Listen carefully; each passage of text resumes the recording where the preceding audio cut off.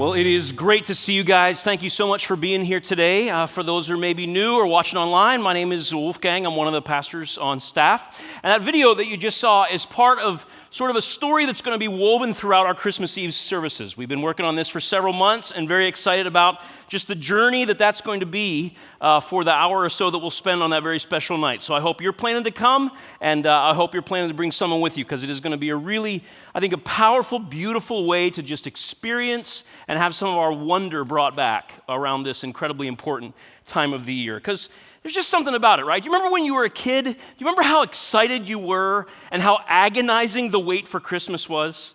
It just seemed like it was going to take forever for that to finally come. My house, probably similar to many of yours, there was a little calendar that our family would put up, and they'd sort of slowly count down until it was actually Christmas morning. And I remember those last couple of days just felt like an eternity. It felt like they were never going to come. Just could not get here fast enough. But then, of course, we grow up. And when you're a kid and you hear there's only 9 days before Christmas, you think, oh, that's forever. I can't believe it's going to be so far away. When you're an adult and you hear 9 days before Christmas, you panic, right? That's the fundamental difference between kids and adults. It's just like, I have so much left I need to get done. There's no way, right? Adults say 9 days? Oh, no. Kids say 9 days? Oh, yeah, right? We're getting closer and closer, but no matter how long it took, no matter how slowly those days seemed to pass, there was always that certainty, that promise, Christmas was coming. We knew it was coming. But of course, the wait was killer.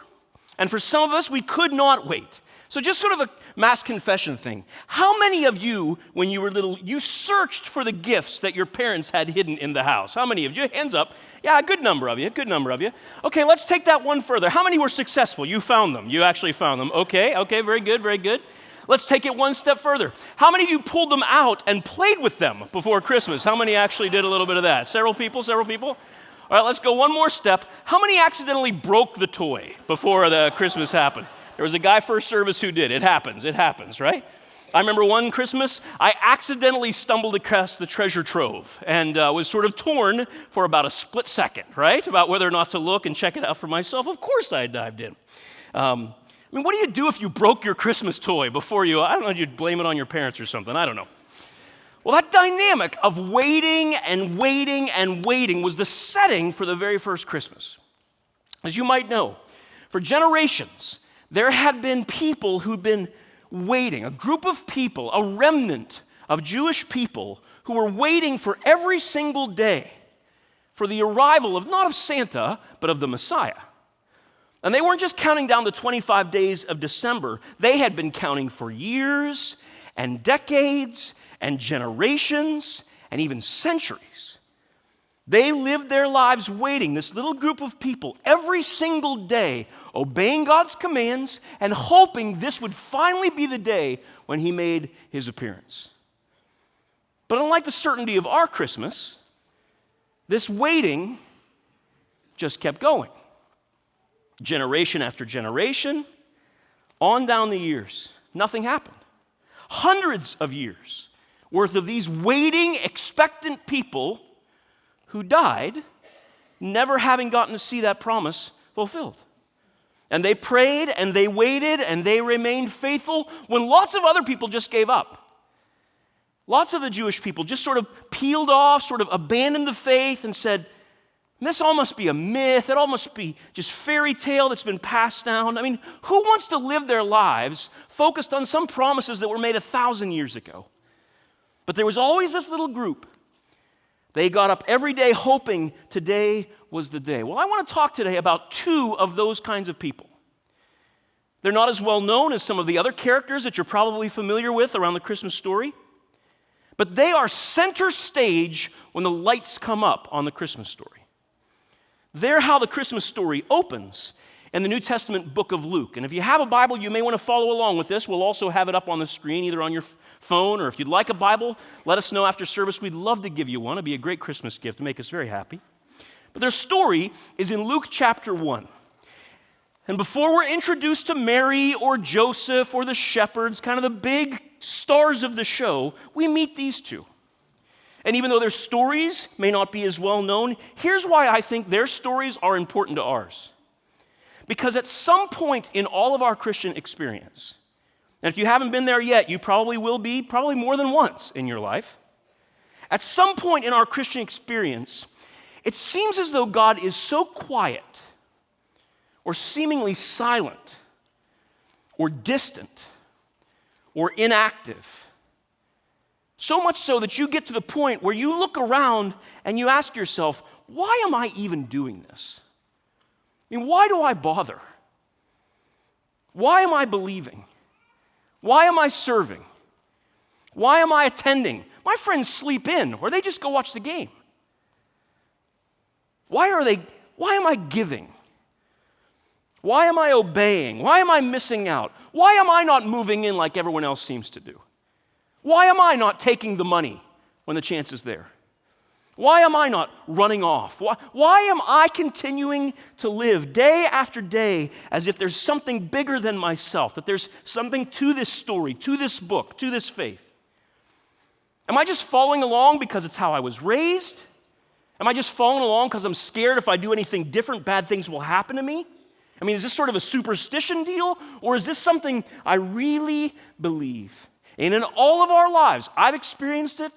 Everyone I know who follows Jesus has experienced it.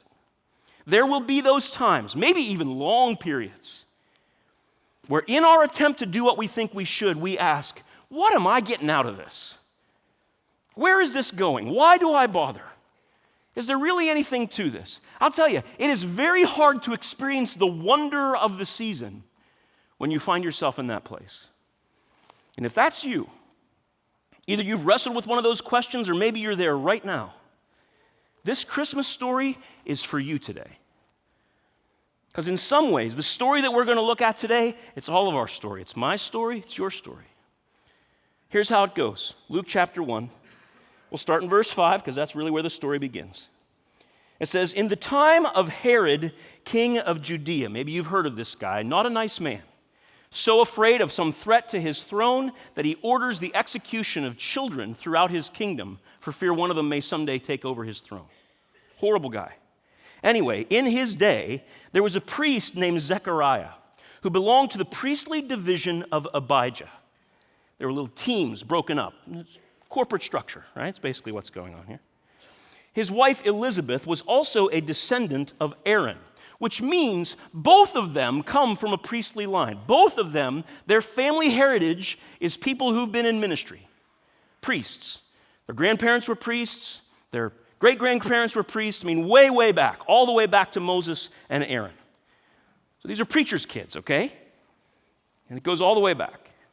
And then verse 6, both of them, this is where the tension kind of creeps in, verse 6, both of them, they were righteous in the sight of God. These are people who were doing it right, observing all the Lord's commands and decrees. And if you know anything about the Old Testament, you know that's a whole lot of commands and decrees.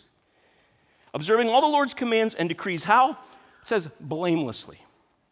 These are people who are staying true even though lots of other people have given up on all this. Luke says, if you hired a private investigator to go look into their background, they are squeaky clean, these two.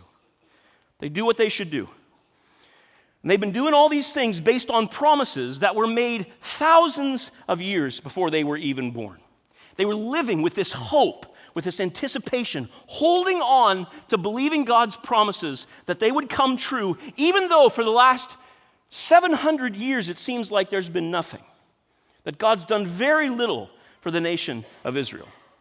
So they would get up, they would live their lives as if the Messiah was coming, as if Christmas was coming.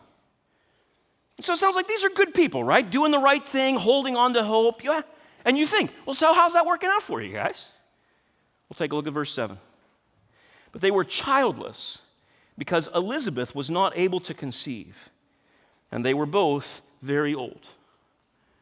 And some people would look at their lives and they would say, here you are, you've been doing the right thing. You're waiting for the Messiah, you're serving at the temple. And this God that you've been so faithful to is leaving you without this one thing that you want so bad. It's so easy for him. He's leaving you without a child, an heir. And this is more than just not passing on the family name. In this culture, if a woman couldn't get pregnant, people wondered if there was a reason. Not medically speaking, because of course they didn't understand all that like we do. But if there was something in her life that maybe God was punishing her or that she was cursed. There's a reason, many of them would have thought, that she wasn't getting what she wanted. So here you have this righteous woman who walked with God through her younger years, and it never happened. Walked with God through her middle years, and it hadn't happened. And now here they are in their later years, and by this point, it's just too late. God had not come through. And later in the story, we find out they've been praying about this. And I've had many good friends, some of them in this room, people in this church, who have prayed those prayers and still feel like they're waiting, wondering if they'll ever have the experience of having a kid of their own. Some of them, like Zechariah and Elizabeth, there's been no answer. Or the answer they seem to have gotten so far is no. So they live in the pain of this, just as Zechariah and Elizabeth did, for them all the way into their old age. See, their entire lives, all they're waiting. And it wasn't just about a kid. It was about something even bigger than that. Their hope was pinned to a promise that had been given 2,000 years before they were alive, 4,000 years before any of us. You see, God had promised a man named Abraham that he would be the father of a great nation and that all the people of the world would be blessed through him. And that's why the Jewish people believed there was something special about their nation. There was a time when they were the big dog. I mean, there was a time when their great leader, King David, and his son, King Solomon, sort of the golden age of their people. And it looked like God's promise was going to come true through that great success that they were having. But then things began to fall apart. There was a civil war, split the nation. There were good kings, there were bad kings, there were wars, there were invasions. Between the time of Solomon and the time of Zechariah, who we're looking at today, the nation of Israel got passed around again and again and again. The Assyrians took them over. Then the Babylonians took them over. Then the Persians took them over. Then the Greeks took them over. They became less and less a factor in international politics of their day. There was even a season when they had their families dragged from their homes and sent off into exile. They were the kid on the international playground who always got beat up by the new bully. So the idea that somehow God would bless the entire world through this line, through this nation of Israel, not only had it not happened, but it didn't look like there was any chance it would ever happen. And then, to add insult to injury, in the year 65 BC, a well-known, very prominent general named Pompey, a Roman general, Pompey the Great, he marches into Jerusalem, he occupies the city again, pushes past the temple guards, pushes past all the priests, and marches right into the center of the temple, known as the Holy of Holies. This place where the Jewish people believed God dwelt. This place was so sacred that the high priest, only one guy, the high priest, would go in there only once a year, because they believed that if you walked in there uninvited, that you would die. And so this non-Jewish, this Gentile Roman general marches up to the curtain, pulls it back, steps into this sacred space, and guess what happened to him? Nothing.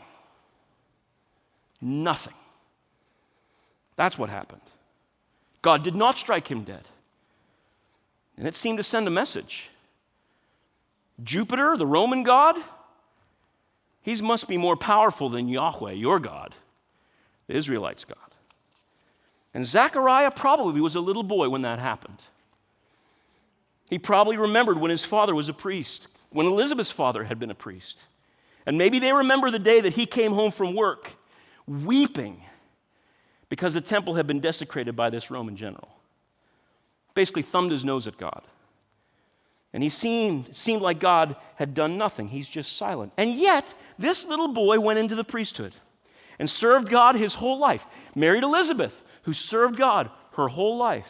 And they remembered that promise. They held on to that hope that one day a deliverer would come. One day the promise would be fulfilled. Not just for them, but for the whole world. They held on when most people didn't, because lots of people turned away from their belief in God. They walked away from obeying. Why bother? What's the use?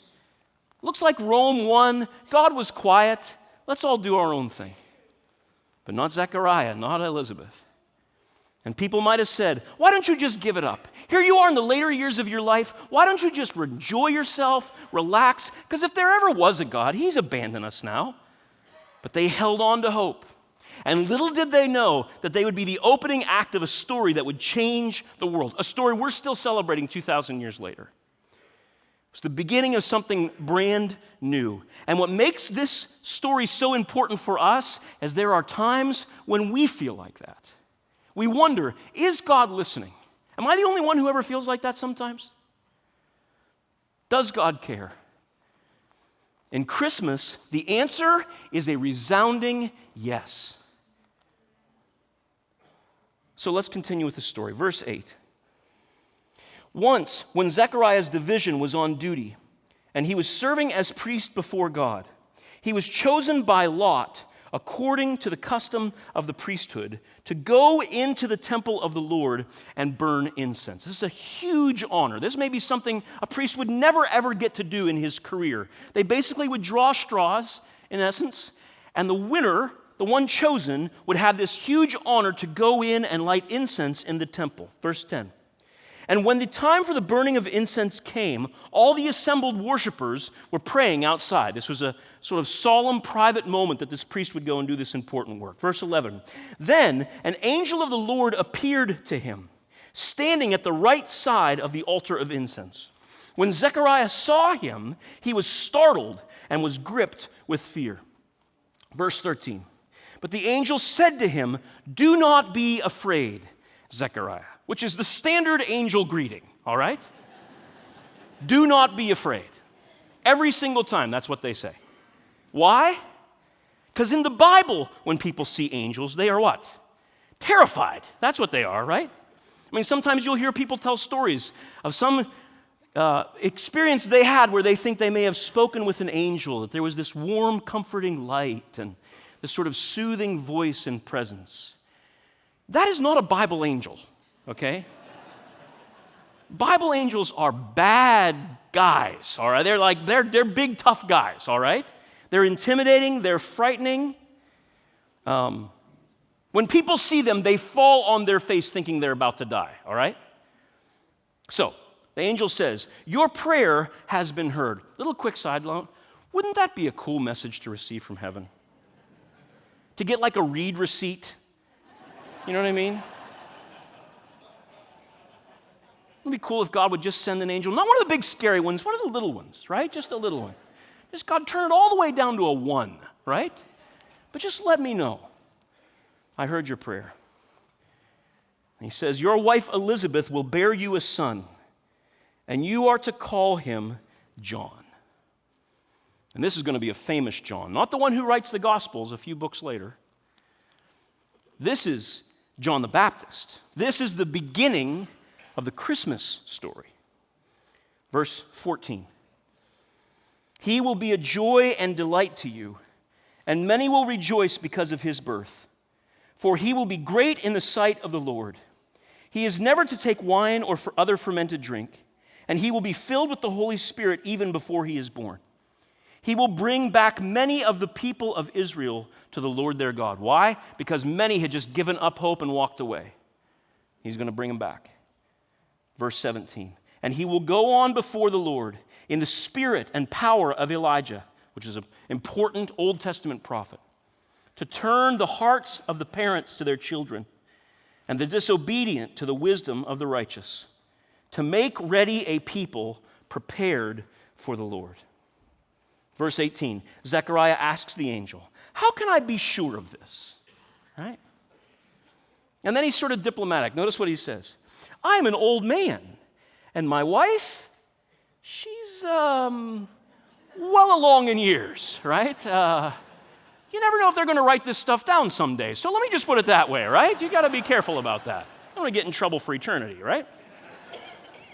Sort of diplomatic, very well chosen words. "It's great to see you, your angelness," right? "But you're a little late. Now, if you'd shown up 40 years ago when we were in our 20s, young kids praying, we would have been excited. We hoped you'd come. We prayed and prayed and prayed all through our 20s, all through our 30s. And, just a little discouraged, but we even kept going in our 40s. There were even a few times in our 50s when we just said, why not? Can't hurt. We prayed a little more. But now, it's not how it works. Maybe it's different for you angels, but not for us. We're old. And after being asked that question, look at verse 19. The angel said to him, what do you mean, how can I be sure? Here's what he says. I am Gabriel. I stand in the presence of God, and I have been sent to speak to you and to tell you this good news. And now, you will be silent and not able to speak until the day this happens, because you did not believe my words. I'm like, woo, hey, I've got a grumpy angel here, apparently. I'm not sure what's going on. And people speculate. Why is it that seems like sort of a harsh punishment there? And there are different theories. People have all kinds of different ideas. Maybe this was an answered prayer, right? I mean, maybe Elizabeth hadn't only been praying for a child. Maybe she was praying her husband would shut up every once in a while. You just don't know these things. I mean, think about it. Maybe it's no coincidence that he can't talk, suddenly she's pregnant, right? Maybe something happened there. I don't know. Anyhow, whatever this reason, here's how the story goes. You will be silent, not able to speak until the day it happens, because you did not believe my words, which will come true. And then I love this little phrase, which will come true at their appointed time. You see, God had this day circled on his calendar, Zechariah. And God's been seeing all that's happened to this point, and he's been planning. He hadn't stopped paying attention. And even though you hadn't heard from him, don't mistake his silence for his lack of focus or attention. At the appointed time. Meanwhile, outside, verse 21, the people were waiting for Zechariah and wondering, what has taken him so long? Verse 22, when he came out, he could not speak to them, and they realized he'd seen a vision in the temple, for he kept making signs to them, but remained unable to speak. Again, we don't have the signs recorded for us, but you got to wonder what, who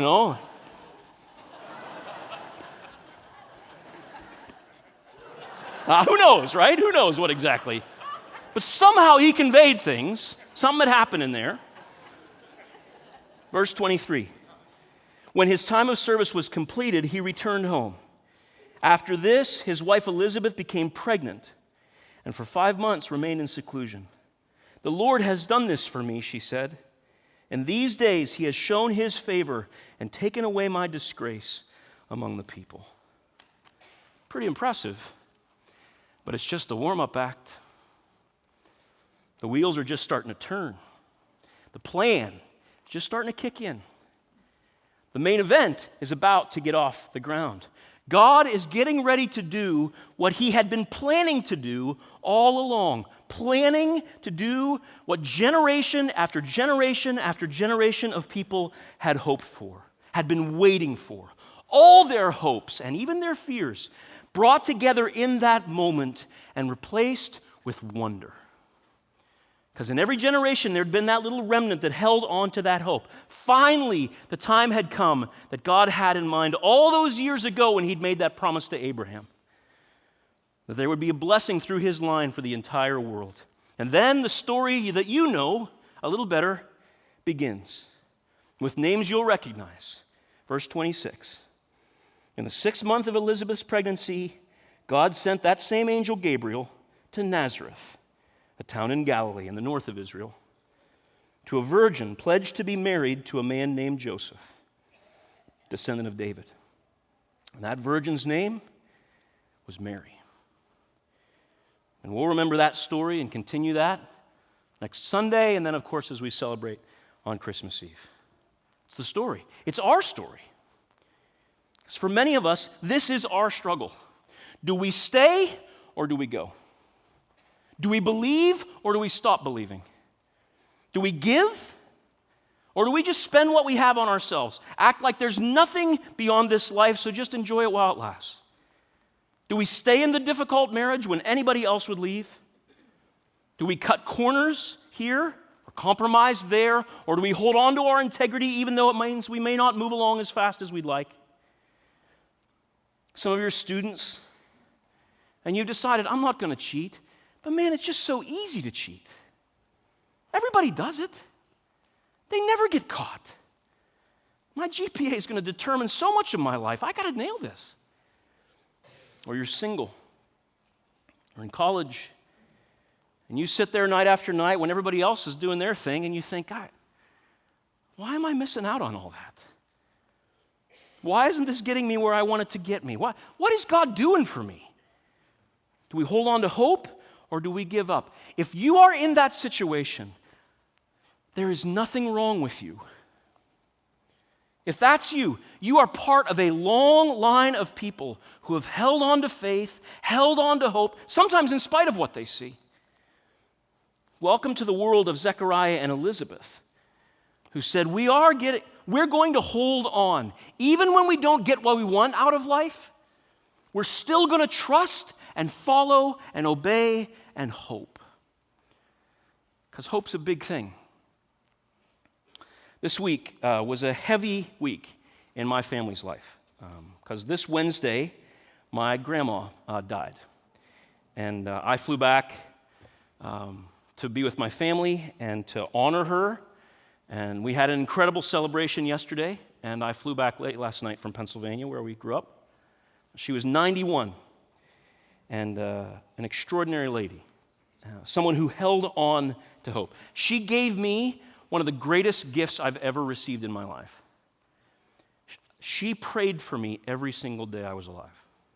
And she even started before I was born, she would tell me. She prayed for me all of her life, all of mine. She had a deep faith that sustained her through a ton of things. She'd survived breast cancer. She outlived 2 husbands. Her first one died very young, left her a 20-something mom with a little girl to raise, trying to figure out how to make it through that world. It's my mom. She broke both hips in her aging years, even broke her back at one point. She was not even 5 feet tall to start with, and she just kept getting smaller over time. But as many things as she went through, one of the hardest was about 15 years ago when she started to go blind.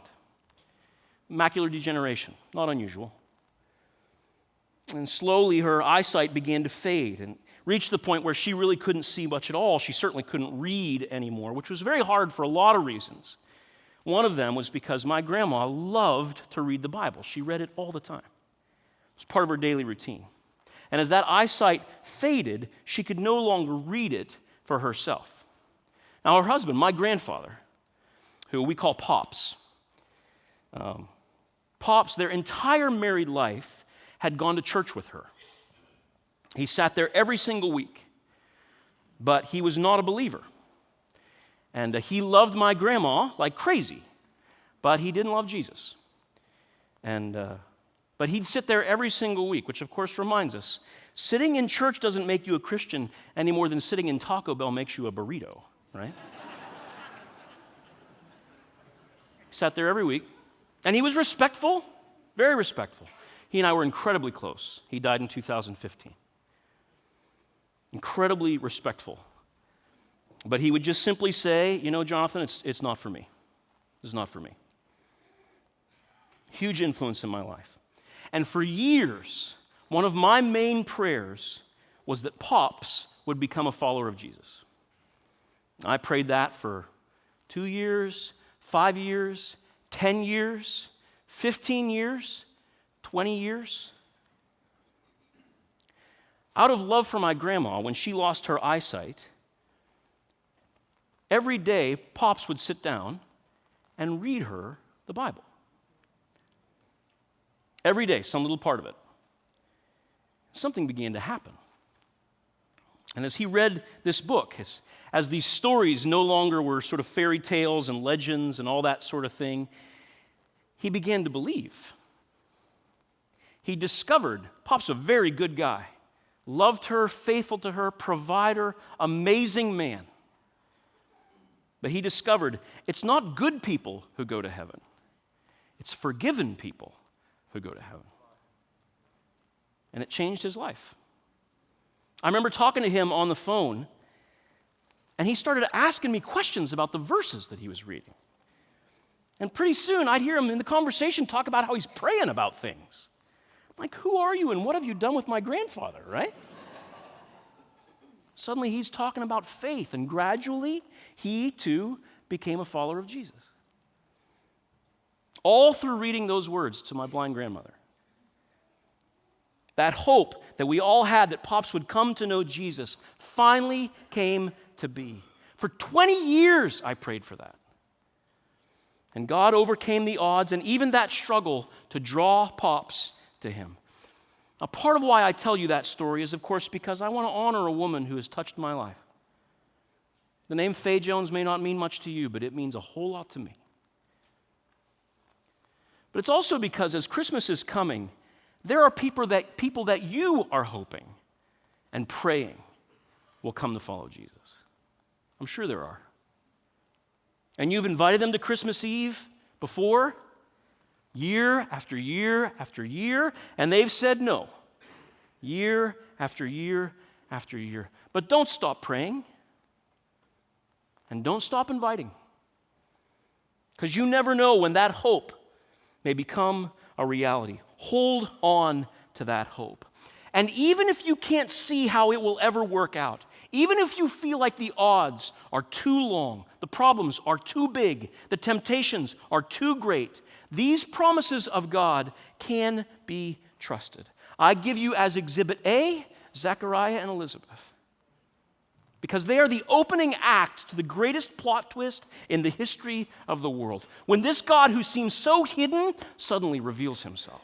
When this God who seems so invisible shows himself in a brand new, unexpected way. When this God who seems so distant suddenly comes near. And with this God who seems so silent suddenly makes a noise. Not the booming voice from a cloud, but the thin, vulnerable cry of a newborn baby. Born to flat, broke nobodies in a backwoods town called Bethlehem. Who grew up and showed himself as a preacher and prophet and healer. Who talked about and taught about God in a way that nobody had ever seen before. And then showed himself as a Savior. Willing to lay down his life so that we could come near to that God as well. And one day the promise is that he will come again as Lord. And he will finally bring the healing and justice and peace that so many of us long for, that we're waiting for. Finally end this hatred and ugliness, the divisiveness of our society. And finally make things right. And you turn on the news and you look around and you say, it will never happen. It's too dark. It's too bad. But that's what they said to Zechariah and Elizabeth. Generations of people who held on to faith and held on to hope that God would keep his promises. And it all happened in that little town of Bethlehem. It's one of my favorite carols of the season. Little town of Bethlehem. And it contains one of the greatest lines outside the Bible, I think, ever written. You know how it goes, right? Oh, little town of Bethlehem, how still we see thee lie. Above thy deep and dreamless sleep, the starry, shining stars go by. Yet in thy dark street shineth the everlasting light. And then this line that I just think is brilliant. The hopes and fears of all the years are met in thee tonight. The hopes and fears of all the years, all the hopes for the future, all the fears we carry, they are all met in him tonight. The fulfillment of our hope, the answer to our fears, all met in him. So hold on to hope. You know, that night before Jesus went to the cross, he was having what came to be known as the Last Supper with his closest friends. And he told them to eat bread and juice that symbolized his body and his blood. They didn't understand in the moment. 24 hours later, they did. That he was giving them a gift, that these symbols were to remind them of his body and blood given so that they could have a whole new chance at life, dying in our place so we could have a new beginning. But he told them as they ate it that night that it was the last time that they would eat that meal together until they ate and drank it together in his kingdom. Later, the Apostle Paul echoes it. He says, whenever you eat this bread and drink this cup, you are announcing the Lord's death until he comes again. This is a meal that does remind us of the forgiveness that we can have in Jesus, his amazing grace. But it's also a meal of hope. It's a meal that reminds us that the same Jesus who came after such a long wait has promised to come again, to finally make things right. Not this time as a baby, but as a king. In that moment, all our hopes, all our fears will be met in him once and for all. And so that's what we're going to remember right now. To hold on to hope. Don't let go no matter how dark, no matter how silent God may seem right now, no matter how hard it may be. Hold on to hope, because the hopes and fears of all your years are met in him. So would you bow your head with me? As you do that, ushers, if you guys would begin to get into place quickly so we can serve and eat this meal together. In just a moment, ushers are going to pass trays. They'll have a little piece of bread, a little cup of juice, symbolizing that sacrifice that little baby born in Bethlehem made so we could have a whole new chance at life. A new beginning in him, a new hope, free from fear. And in a moment, as those trays are passed, go ahead and take it as it goes by. Not just grateful for the incredible gift of grace that he gives us, but the hope we can have that will be fulfilled in him.